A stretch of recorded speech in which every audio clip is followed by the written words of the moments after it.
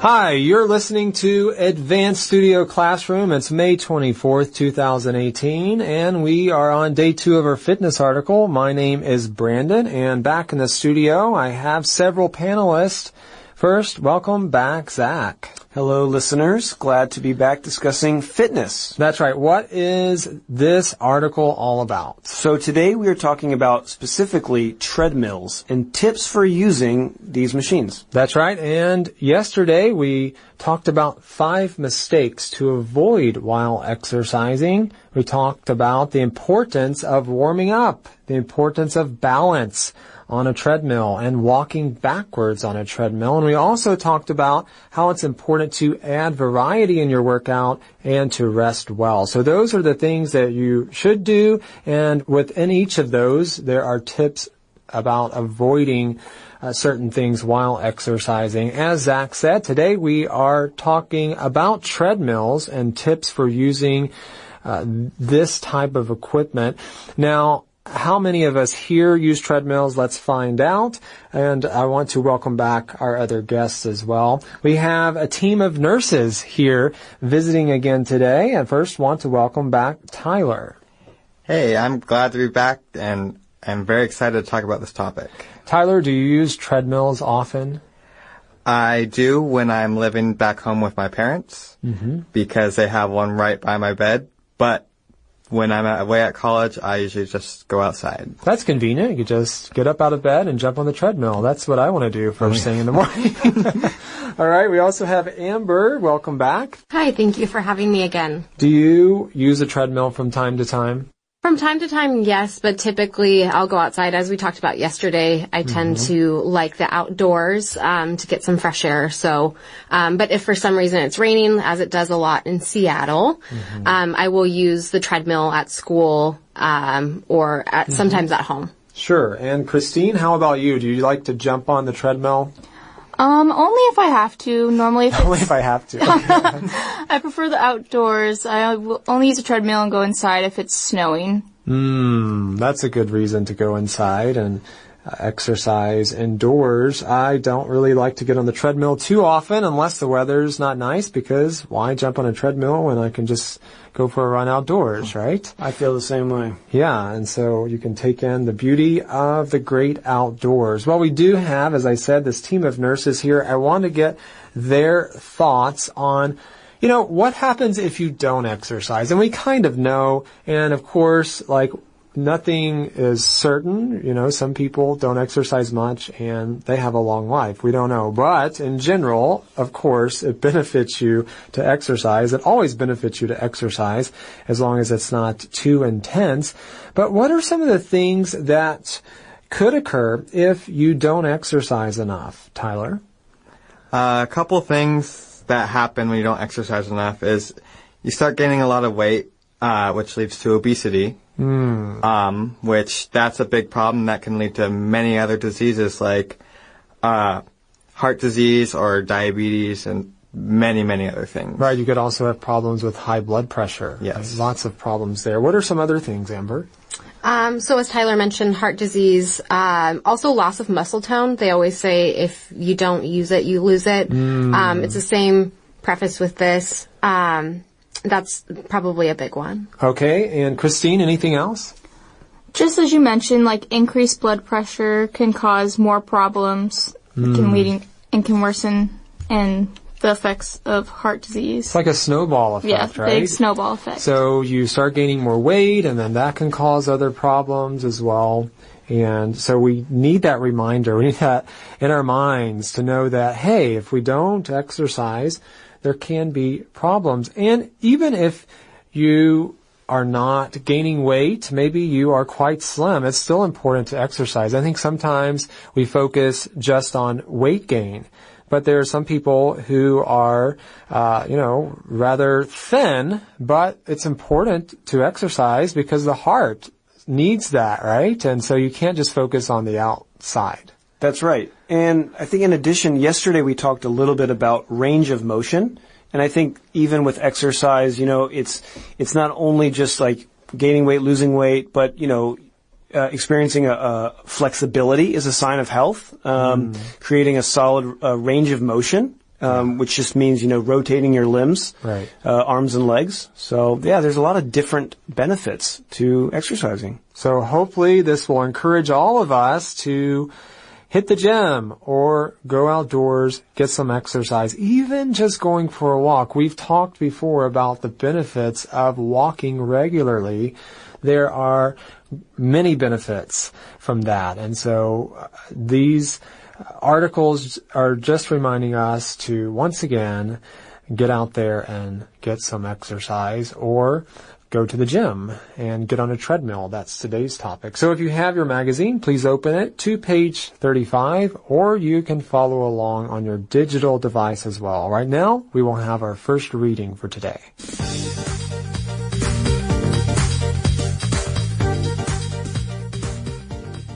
Treadmills.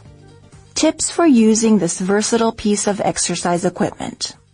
I used to think of treadmills as the walk or run of shame, but I have since wised up.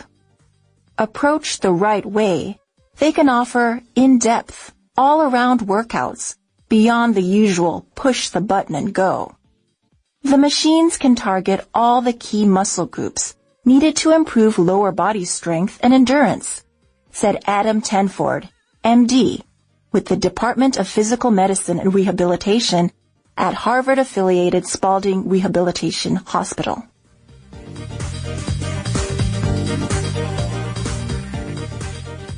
Well, some people, they don't like getting on a treadmill.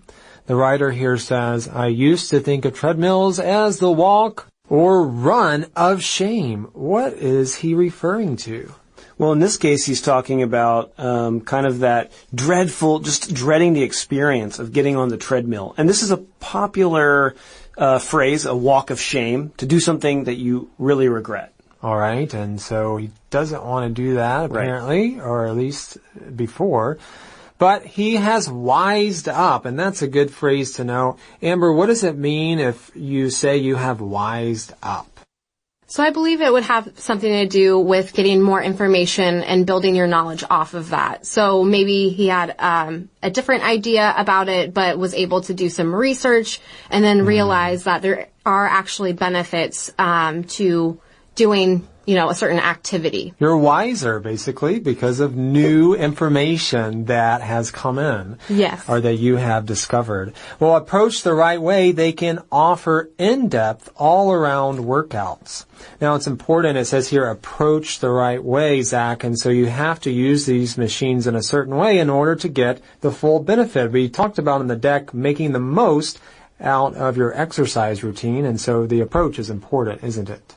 It is. It certainly seems like it is. If you don't approach something in the correct way or the appropriate way, you're going to lose benefits. Whereas if you approach something in the correct way, there's probably a lot of inherent and added benefits and you'll make the most out of that particular experience. And in this case, we're talking about treadmills. And, if they are approached the right way, then you're going to include all the key muscle groups, the article says, and get the most out of that workout. And a lot of times we want something easy, but we need to do research. And most things in life that are worth doing, you have, if you want to do it well, you have to really be all in, right? And put all the effort forth.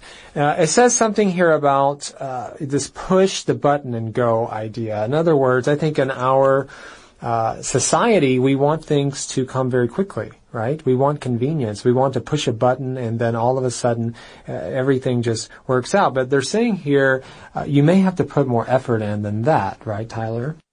Yeah, it's not just going to be an instant kind of thing that's going to happen suddenly. You really have to work out your muscles to be able to build up your endurance. All right, or you have to know, what workouts you should do on a treadmill in order to get the most benefit. Well, the machines, they can target all the key muscle groups needed to improve lower body strength and endurance. This is according to a doctor there at Harvard, or a Harvard-affiliated organization. Well, what are we talking about when we are referring to endurance, Christine? We use that a lot when we're talking about exercise. What does it mean to have endurance? Endurance means like you're being fit enough to run a long distance and not get exhausted. It's just building up your tolerance of exercise. Very good. And it's important to have that. And you can't run a marathon all at once, right? You have to build up that endurance. It takes a long time. Well, next we're going to learn about something called the rate of exertion. Let's find out about that in our next reading.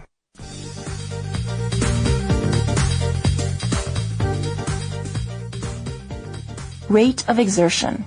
Most treadmills monitor intensity with hand sensors that measure your heart rate, says Tenford. A better way to gauge your effort is with the rate of perceived exertion. This involves ranking your sense of how hard you're working on a 1 to 10 scale, with 1 being low and 10 being high. Speed, endurance, and muscle building.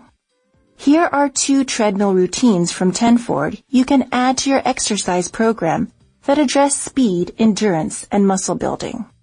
Routine 1. Incline. Endurance and muscle building. An incline setting generates more muscle activity than walking or running on a flat surface. The workout. Begin walking or running at a 0-grade incline at an exertion rate of 3 or 4 for up to 2 minutes, and then increase to level 1 incline for another minute or 2. Repeat the routine until you reach an incline level where you work at 5 to 7 exertion, and try to maintain it for a minute or longer. Then reverse the routine until you reach the 0-grade incline again. Okay, when we talk about exertion, we're talking about effort. When you make a lot of mental or physical effort, of course here, well, it really takes both, but we're primarily talking about physical effort. And we're going to talk about a scale in a moment, and this will help you to rate the level of exertion. How hard are you really working out? Well, treadmills actually monitor intensity, don't they, Zach? They do, based on if you can hold on to the sensor on the treadmill, it will measure and kind of read back to you what your heart rate is. All right, and sometimes that doesn't always work out so well, does it, Amber? When you're trying to, get that, hold on to the side and you're waiting for that, the measurement to show up and it doesn't. Why is that? It's typically because the palms when you're running are coming up, so it's important to make sure that you have a nice solid grasp on it for at least 30 seconds so it can adequately pick up your heart rate and then let go once it's picked it up. All right, but there is a better way to gauge your effort. Christine, that word gauge is good to know. What does it mean? It's just kind of like a calculation. In this scenario, it's like what you personally think, like you're putting forth effort, like how much. All right, so you're gauging the effort. What do you think, how much effort are you putting into this and how hard is it? And it says a better way to gauge your effort is with the rate of perceived exertion. That word perceived is good to know, Zach. What does it mean if you perceive something? Well, to perceive, we're kind of talking about your intuition, your ability to kind of how you experience. Here we're talking about exertion, so how much energy or effort you're putting forth, and when you perceive something, you're just, you're kind of gauging and you're calculating and you're figuring out, this is this hard to me or it's that hard for me. All right, next, Tyler, it tells us what is involved here. Can you tell us about that? So what's involved here is you're ranking on a scale of 1 to 10, and 10 being like, this is as much effort as I can put into this. 1 being like, almost like kind of casually just walking, like you're just not putting any effort into it. So just ranking it depending on how far you think you can go with your effort in this workout. Right. So 1 might be very light, and 2 light, and so forth. And then you get up to maybe around 7, and it's very heavy, and 10, it's extremely heavy. And so you just kind of have that in your mind, how much, effort is being put in there, and how tired are you, right? Are you kind of out of breath? You have to think about that as well. Okay, so that's about rate of exertion. This is a better way to gauge your effort rather than using the monitor on the treadmill. What about speed, endurance, and muscle building? What are we going to learn about that, Zach? We're going to take a closer look at how speed, endurance, and muscle building are highlighted by certain exercises, certain workouts, in order to improve them. And we're going to see that in two distinct routines or workouts. That's right. Let's find out about the first one. We'll talk about that actually right now. It's routine 1 is incline. And what does incline mean, Amber? So incline is a slope. This setting generates more muscle activity than walking or running on a flat surface, so it's essentially providing resistance. Yeah, and you have that setting on a lot of treadmills, most treadmills, and it will get higher, and so the slope will, be more steep, and of course that's more difficult. And they have all these different routines that you can do on a lot of treadmills, and that will go higher and lower and so forth, and so that is the incline, and that helps you with endurance and building muscle. Well, what is the workout? We begin walking or running at a 0 grade incline. When we talk about grade, Zach, what are we referring to? Well, grade, for instance, like in order to measure and to kind of figure out where we are on the scale, so we'd say 0 grade. I'm trying to think of another instance where we would use grade.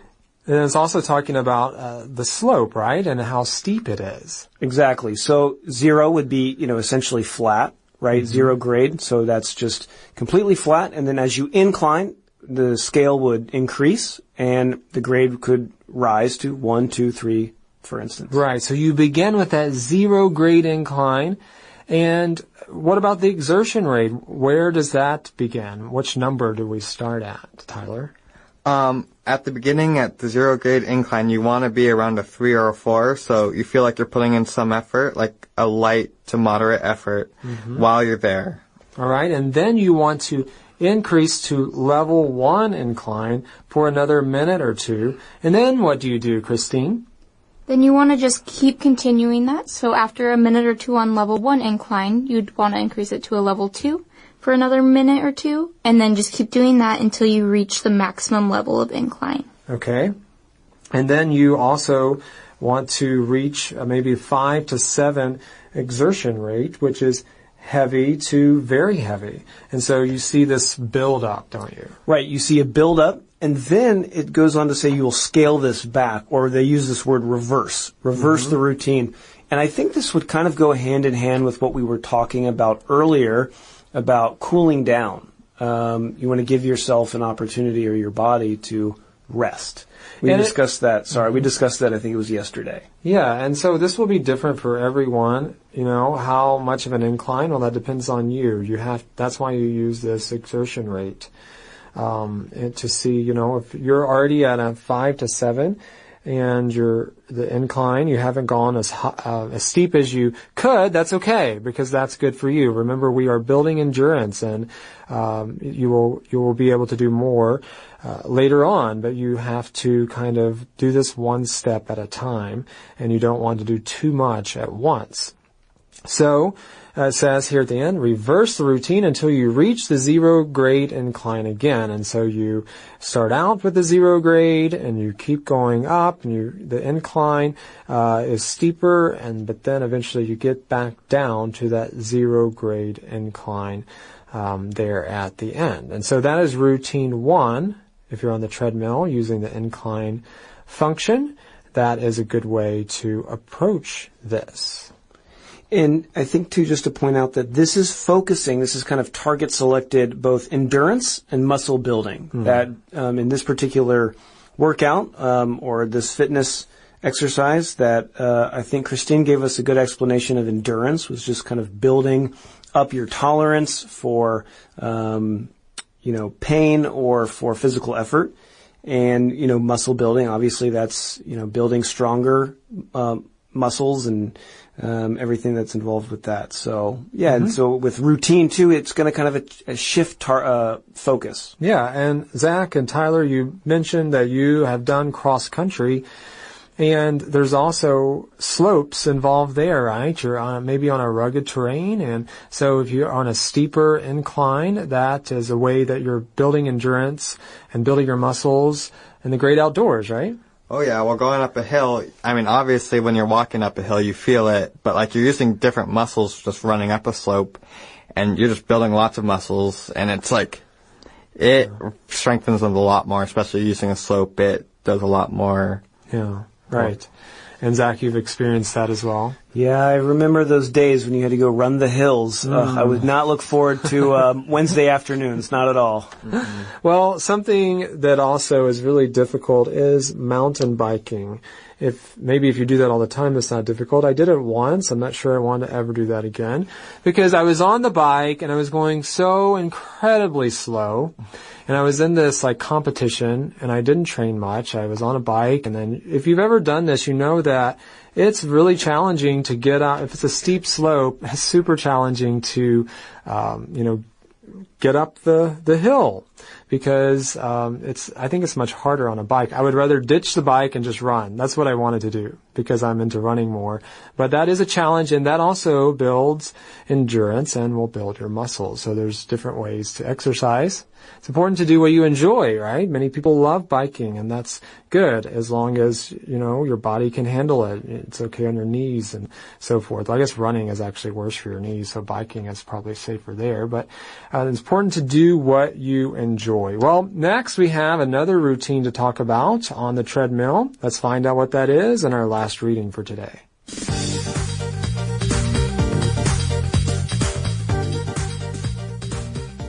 Routine 2, high-intensity interval training, speed endurance and muscle building. HIIT involves alternating between set periods of high-intensity work and rest. The high intensity is at an exertion rate of around 5 to 7, while you rest at a rate of 2 or 3. The point with HIIT is to mix up the intensity to make yourself work harder for shorter periods. It can be fun and breaks up the monotony of exercise, says Tenford. The workout. Begin with a moderately high intensity to rest ratio of 1 to 3, in which you power walk or run for 1 minute and rest for 3 minutes. As you improve, you can vary the ratio to 1 to 2 or 1 to 1.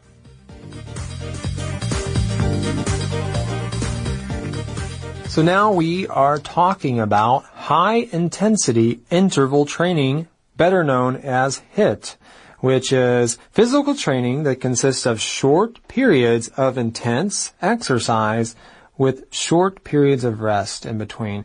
Now, this has become a very popular way to exercise, and so I want to ask our panelists, have you ever done this type of exercise? Zach? I have, both with running and with swimming. Intervals are a highly effective way to work out and to improve, as the article will go on to describe, but it's certainly not a crowd pleaser. I know a lot of us did not enjoy the interval. Now, I think if you do it right, I think that's really important, and that's what it's going to hit on, right? That you need to do, if this is going to be effective, you need to do it right. Otherwise, it really is a challenge. It's high intensity, so you're going to want to pay attention to the details. Kind of had a play on words there, I think by accident. We're going to hit on that, and it's also called HIIT. And so good job there, Zach. And so HIIT involves alternating between set periods of high-intensity work and rest, as I've already explained. And so our other panelists, Tyler, have you ever done this type of exercise? Oh, I had to do it all throughout high school. It was about once or twice a week. We do high-intensity interval training. So you'd run, and then you'd walk for a tiny bit, and then you'd keep going. And it really did help strengthen your, it got you faster, as well as it built your endurance and everything. Okay, so we see some of the benefits there. Amber, how about you? Have you ever, had to do this high-intensity training?